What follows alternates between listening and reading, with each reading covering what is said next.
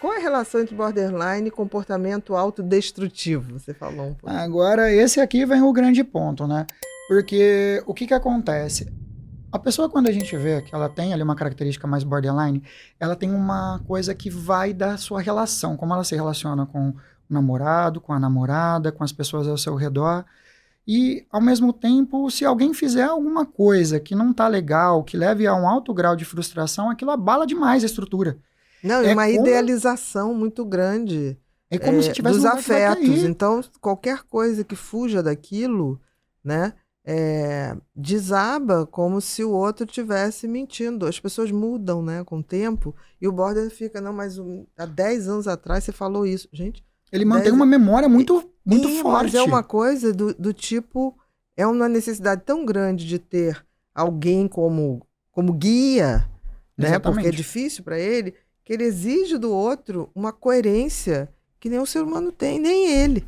Exatamente. Né? Nenhum de nós temos, a gente acaba percebendo. E nesse movimento, qualquer frustração parece que o telhado rui, quebra toda a casa, aquele movimento. Então a pessoa que amava muito agora já não ama mais, odeia. E se torna muito agressiva, às vezes não fisicamente, mas nas palavras, né? Exatamente, aquele ódio, aquela raiva. Exatamente. Que na realidade é uma desorganização.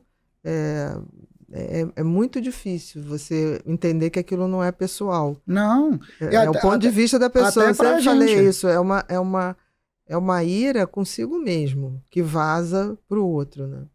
Exatamente. E o que eu vejo, assim, normalmente, a pessoa tá gostando de você, até às vezes pra gente. Chega um paciente lá, você sabe que tem uma característica ali que pode ser um transtorno de personalidade borderline, chega pra gente de um jeito, vem ali gostando, quer ajuda, amável super... e de uma hora pra outra alguma coisa mudou, porque a gente não atendeu naquele momento, porque não dava para atender, porque estava com alguma outra emergência. Fiz uma leitura de rejeição numa coisa que não era rejeição, era pelo cuidado. Movimento, né? E vai acontecer isso. E vai.